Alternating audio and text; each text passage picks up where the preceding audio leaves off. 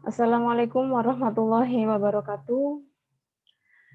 Segala puji dan syukur kita limpahkan kepada Allah Subhanahu wa Ta'ala, karena atas rahmat dan karunia-Nya kita bisa bertemu lagi pada kesempatan kali ini, yaitu dalam kuliah secara online di mata kuliah Bahasa Indonesia. Pada pertemuan kali ini, yaitu pertemuan yang kedua, saya akan menjelaskan mengenai sejarah, fungsi, dan kedudukan bahasa Indonesia. Berikut materi yang akan saya jelaskan.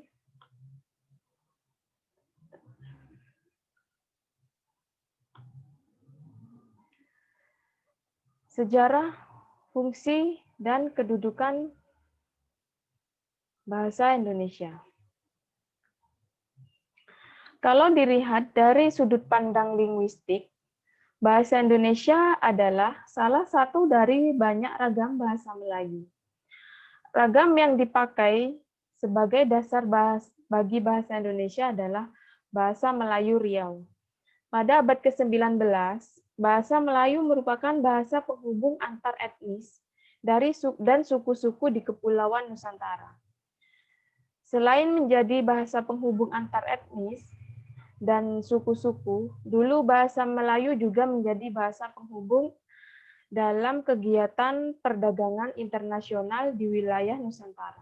Alasan kedua, mengapa bahasa Melayu dipilih sebagai dasar bagi bahasa Indonesia adalah karena bahasa itu sederhana sehingga lebih mudah dipelajari dan dikuasai. Alasan lain kenapa dipilih bahasa Melayu sebagai bahasa nasional bagi negara Indonesia adalah karena dibandingkan dengan bahasa dari daerah lain, misalnya bahasa Jawa. Sungguhnya jumlah penutur bahasa Melayu tidak lebih banyak dibandingkan dari jumlah penuturnya bahasa Jawa yang jauh lebih besar karena menjadi bahasa ibu bagi sekitar setengah penduduk Indonesia. Sedangkan bahasa Melayu dipakai tidak lebih dari 1/10 jumlah penduduk Indonesia. Bahasa Melayu Ragam Riau merupakan bahasa yang kurang berarti. Bahasa itu diperkirakan dipakai hanya oleh penduduk Kepulauan Riau, Linggau, dan penduduk pantai-pantai di Sumatera. Namun, disinilah letak kearifan para pemimpin kita dahulu. Mereka tidak memilih bahasa daerah yang besar bagi dasar bahasa Indonesia karena dikhawatirkan akan dirasakan sebagai pengistimewaan yang berlebihan.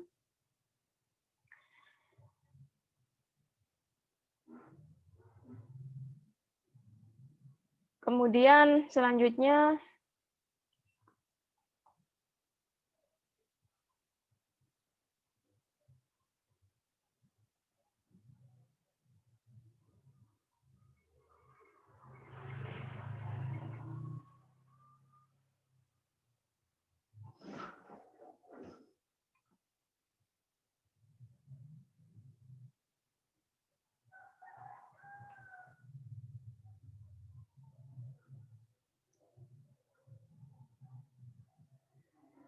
skema perkembangan bahasa Indonesia, yaitu dimulai dari penemuan prasasti di berbagai daerah di Nusantara tentang penggunaan Melayu kuno. Di sini pada masa keemasan Kerajaan Sriwijaya, bahasa Melayu juga dipakai sebagai bahasa kebudayaan dan pendidikan.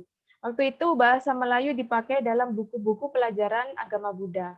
Seorang ahli sejarah Cina, Yi Xing, yang belajar agama Buddha di Sriwijaya antara lain menyatakan bahwa di Sriwijaya kalau tidak ada bahasa yang bernama Konlon yang berdampingan dengan bahasa Sanskerta. Sebuah Konlon bermakna bahasa perhubungan, yaitu bahasa Melayu. Kemudian dilanjutkan dengan Sumpah Pemuda.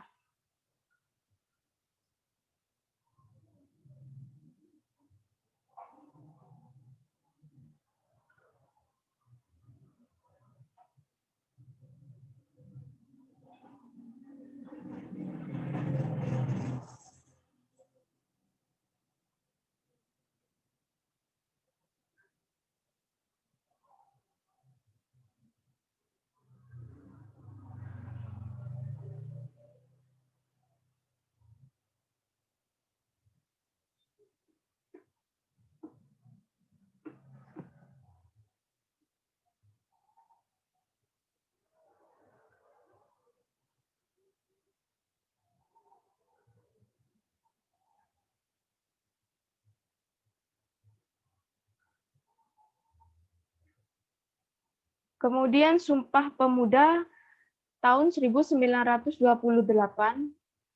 hari kelahiran bahasa Indonesia.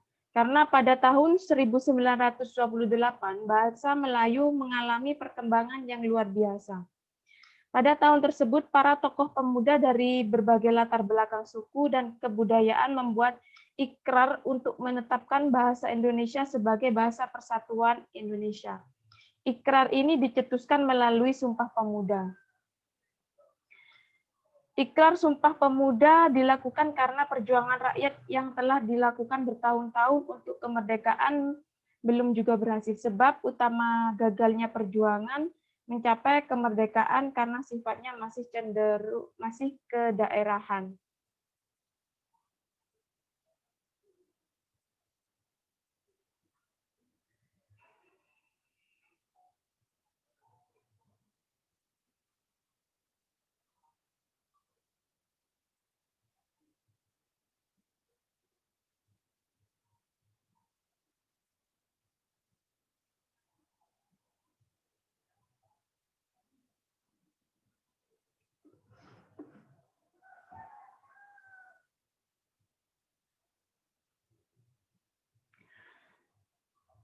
Nah, selanjutnya pada tanggal 18 Agustus 1945,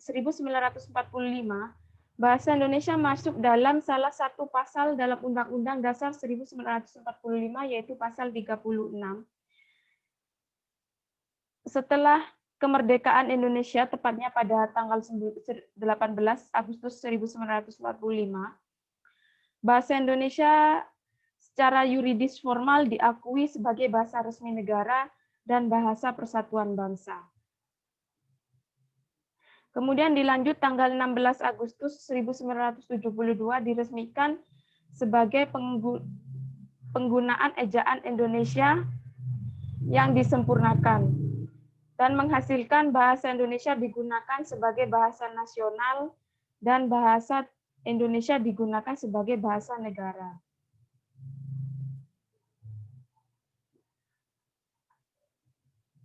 Kemudian gerakan masyarakat yang mempengaruhi perkembangan bahasa Indonesia. Yang pertama,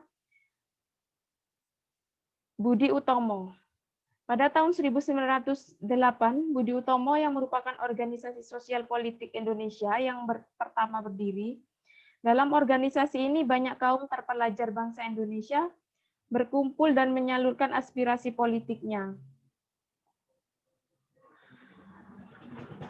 Mereka pada umumnya menuntut persamaan hak untuk belajar di sekolah Belanda, sebagaimana pemuda-pemuda Belanda. Pada permulaan abad ke-20, pemuda Indonesia bisa belajar di sekolah-sekolah Belanda jika menguasai bahasa Belanda. Maka dari itu, para pemuda menuntut agar syarat itu diperingan bagi warga pribumi agar ditetapkan bahasa Indonesia.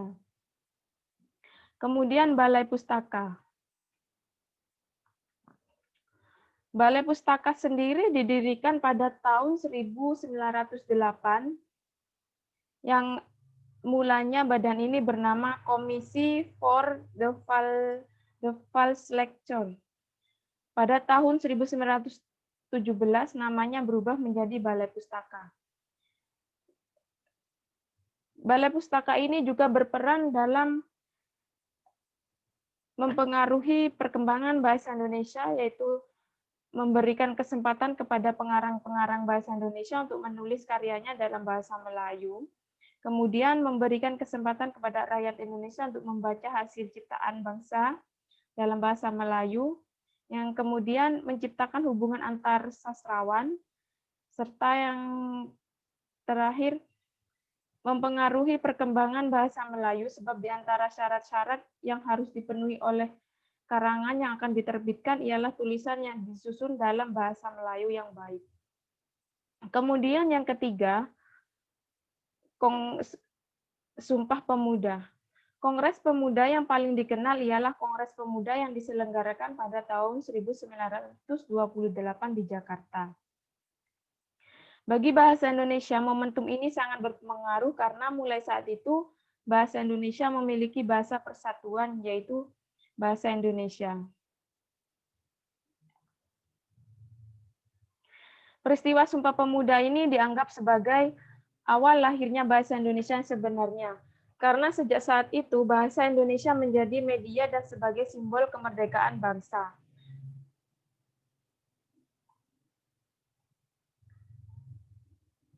Kemudian Sarekat Islam.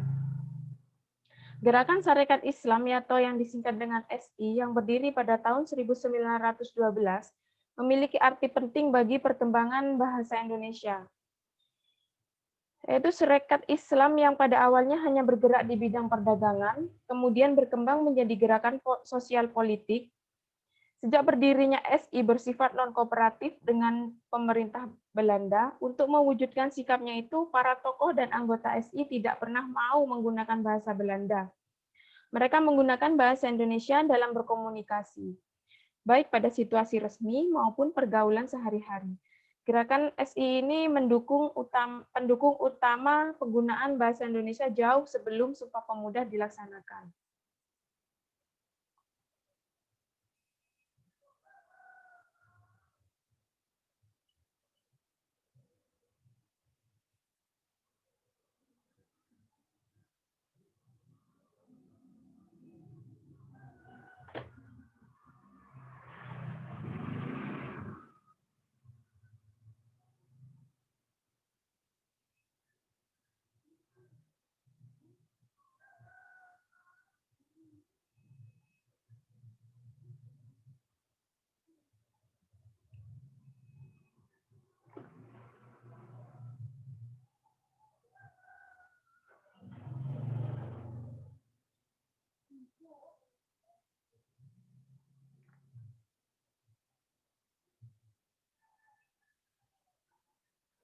Kemudian perkembangan ejaan bahasa Indonesia. Yang pertama, ejaan Van Ophuijsen. Ejaan ini merupakan ejaan bahasa Melayu dengan huruf Latin Charles Van Ophuijsen yang dibantu oleh Nawawi Suetan Makmur dan Muhammad Thoib Suetan Ibrahim menyusun ejaan baru ini pada tahun 1896.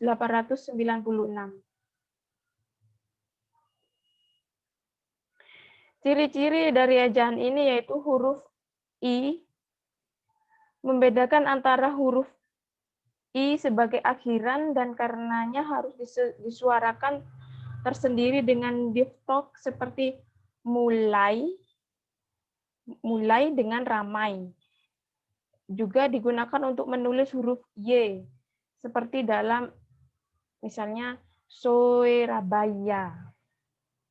Yang kedua, huruf J.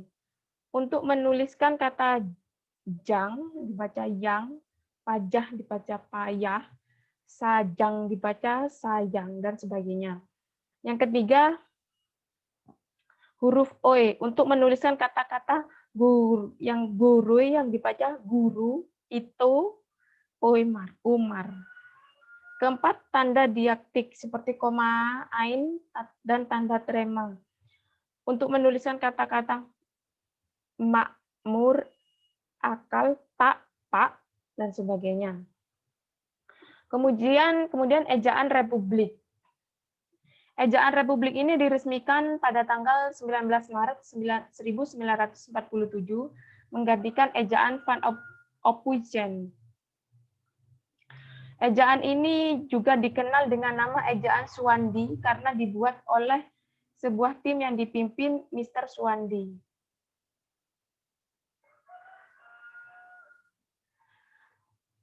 Ciri-cirinya yaitu huruf O diganti dengan U, kemudian bunyi hamzah dan bunyi sentak ditulis dengan kata-kata pada tak, pak, raja, dan sebagainya. Kata ulang boleh ditulis dengan angka 2 seperti pada kanak-kanak, berjalan-jalan, ke barat-baratan.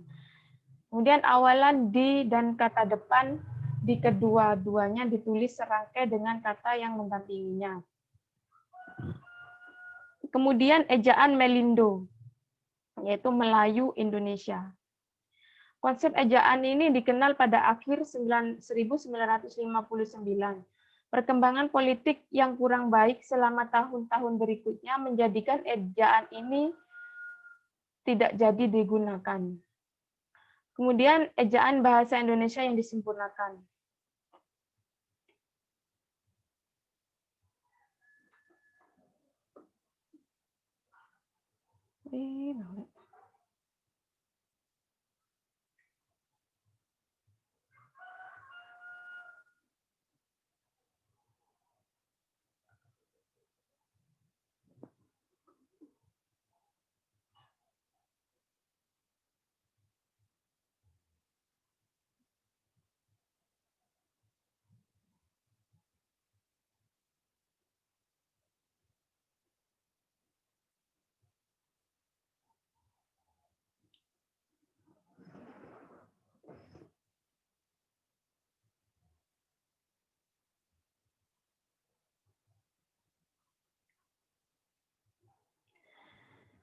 Ejaan ini diresmikan pemakaiannya pada tanggal 16 Agustus 1972 oleh Presiden Republik Indonesia. Peresmian itu berdasarkan putusan Presiden nomor 57 tahun 1972. Yaitu yang ditandai dengan huruf TJ menjadi C, CH, dan menjadi KH, DJ menjadi J, NJ menjadi NY, SJ menjadi SY, dan pembakuan. Pembakuan penulisan kata depan dan awalan. Kemudian fungsi bahasa secara umum. Yang pertama, sebagai alat untuk mengungkapkan perasaan atau mengekspresikan diri. Yaitu maksudnya melalui bahasa kita dapat menyatakan secara terbuka segala sesuatu yang bersifat yang tersirat di dalam hati dan pikiran kita. Yang bermakna bahwa dengan bahasa kita mampu mengungkapkan gambaran, maksud gagasan dan perasaan. Yang kemudian sebagai alat komunikasi. Yaitu bahasa menunjukkan hakikat manusia sebagai makhluk sosial yang selalu memerlukan orang lain sebagai mitra berkomunikasi. Nah, komunikasi sendiri merupakan akibat yang lebih jauh dari ekspresi diri. Pada saat menggunakan bahasa sebagai alat komunikasi berarti memiliki tujuan agar para pembaca atau pendengar yang menjadi sasaran utama perhatian seseorang dapat memahami maksud dan perasaan penulis atau pembicara. Kemudian alat berintegrasi dan beradaptasi sosial. Fungsi ini menyatakan bahwa pada saat beradaptasi di lingkungan sosial, seseorang akan memilih bahasa yang digunakan tergantung situasi dan kondisi yang dihadapi. Maksudnya, seseorang akan menggunakan bahasa non-standar pada saat berbicara dengan teman-teman, atau menggunakan bahasa standar pada saat berbicara dengan orang tua atau yang dihormati. Dengan menguasai bahasa, seseorang itu akan mudah untuk berbaur dan menyesuaikan diri dengan orang lain.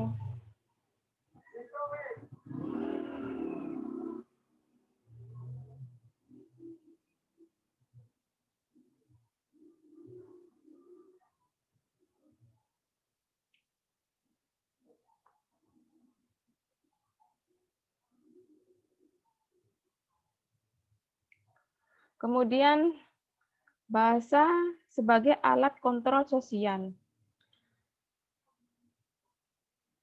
Bahasa ini mempengaruhi sikap, tingkah laku, serta tutur kata seseorang.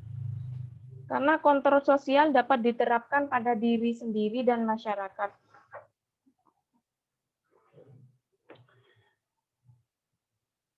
Contohnya,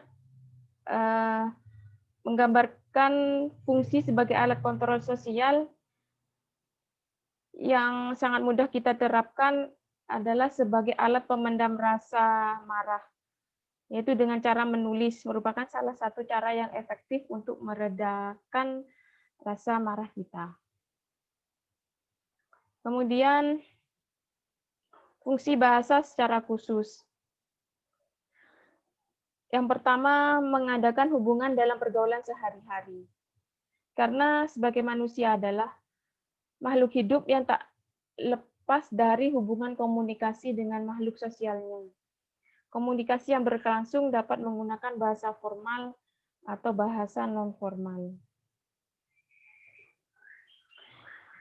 Kemudian, bahasa mewujudkan seni atau sastra.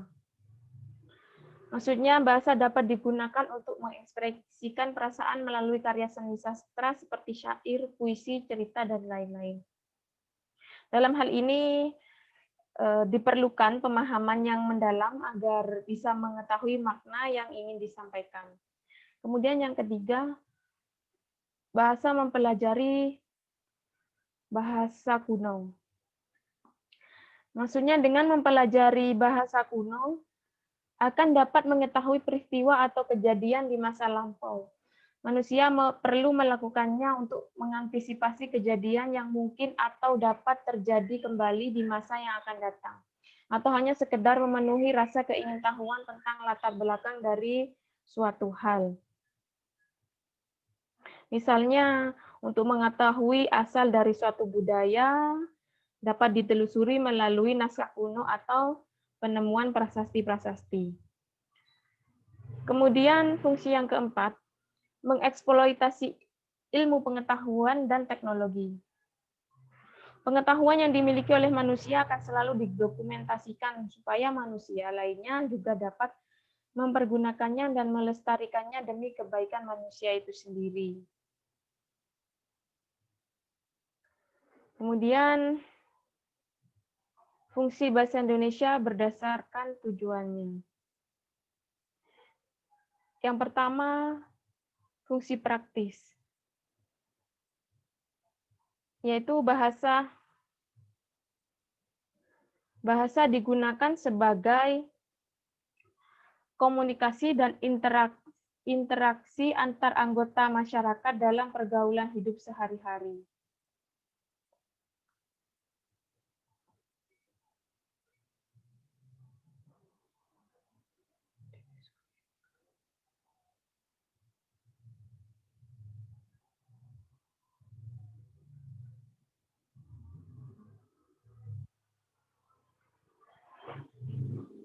Kemudian yang kedua, fungsi kultural. Maksudnya bahasa Indonesia digunakan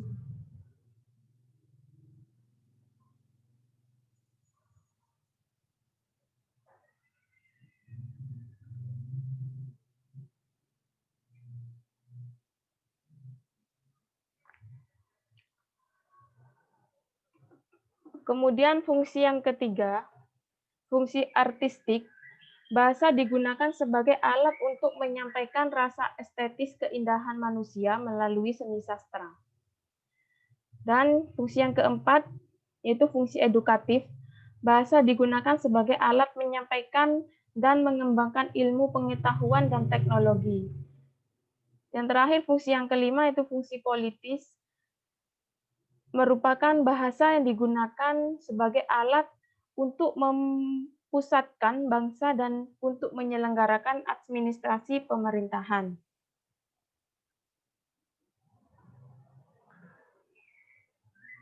Kemudian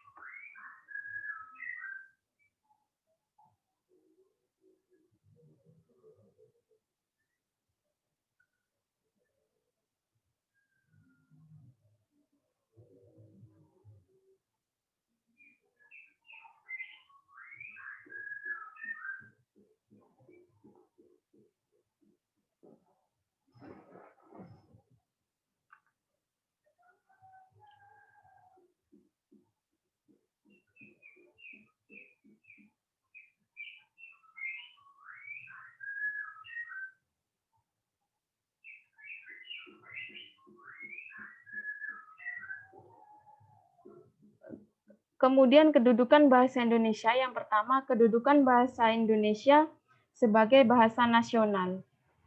Yang pertama sebagai lambang kebanggaan nasional. Dalam fungsinya sebagai lambang kebanggaan nasional, bahasa Indonesia memancarkan nilai-nilai sosial budaya luhur bangsa Indonesia. Dengan keluhuran nilai yang mencerminkan bahasa Indonesia, kita harus bangga dengan bahasa Indonesia dan kita juga harus menjunjungnya serta mempertahankannya.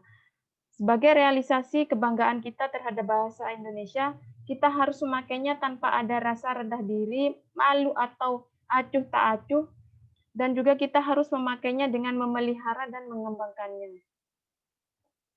Kemudian yang kedua, yaitu sebagai lambang identitas nasional.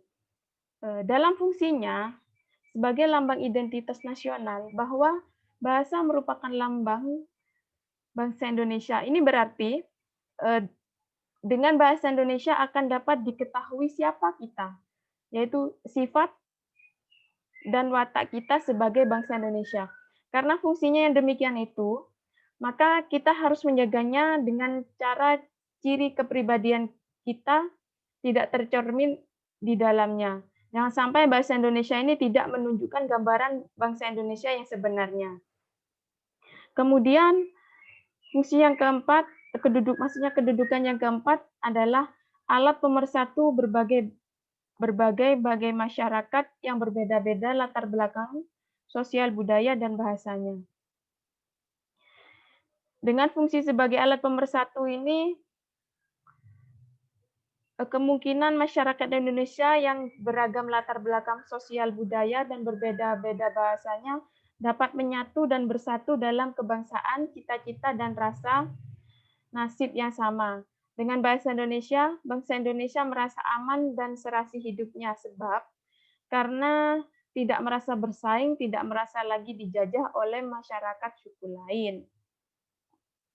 Kemudian yang terakhir, alat perhubungan antar budaya dan antar daerah.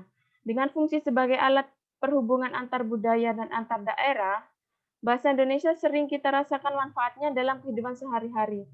Bayangkan saja, apabila kita ingin berkomunikasi dengan orang yang berasal dari suku lain, yang latar belakangnya berbahasa berbeda, kemungkinan kita dapat bertukar pikiran dan saling memberikan informasi tidak? Bagaimana cara kita seandainya kita tersesat jalan di daerah yang masyarakatnya tidak mengenal bahasa Indonesia? Nah, disinilah bahasa Indonesia dapat menanggulangi semua itu. Dengan bahasa Indonesia, kita dapat saling berhubungan untuk segala aspek kehidupan.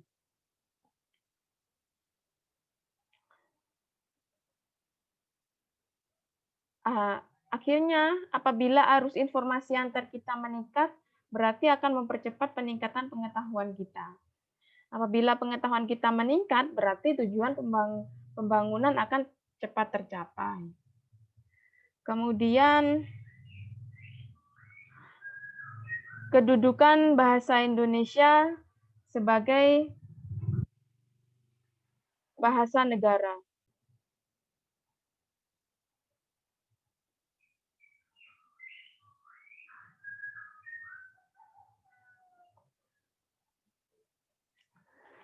Nah,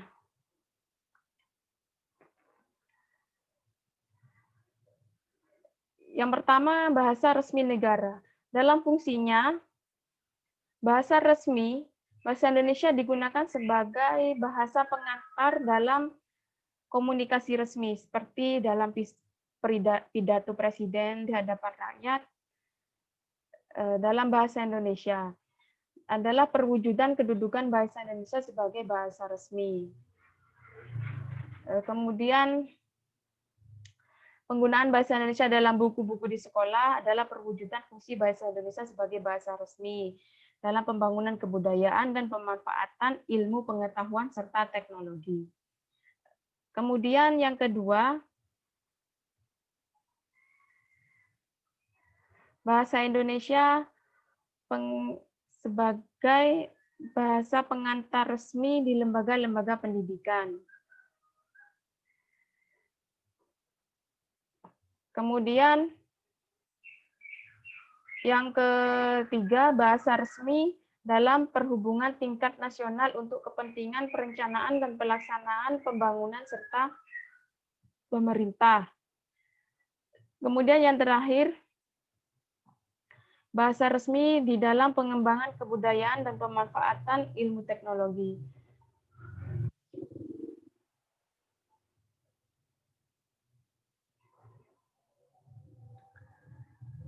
Sudah materi ini sudah saya sampaikan, kemudian yang akan saya sampaikan selanjutnya yaitu tugas. Setelah memahami materi yang sudah dijelaskan, buatlah rangkuman dalam bentuk paragraf mengenai sejarah, fungsi, dan kedudukan bahasa Indonesia. Dan tugas dikumpulkan paling lambat tanggal 15 November 2020. Di alamat email nuriawati@stebibama.ac.id atau yang bermasalah dengan email bisa dikirimkan melalui Telegram. Sekian, terima kasih. Sampai bertemu di pertemuan selanjutnya. Semoga materi kali ini bermanfaat dan dapat diterima dengan baik. Mohon maaf atas kekurangan yang saya sampaikan. Dan saya ucapkan wassalamualaikum warahmatullahi wabarakatuh.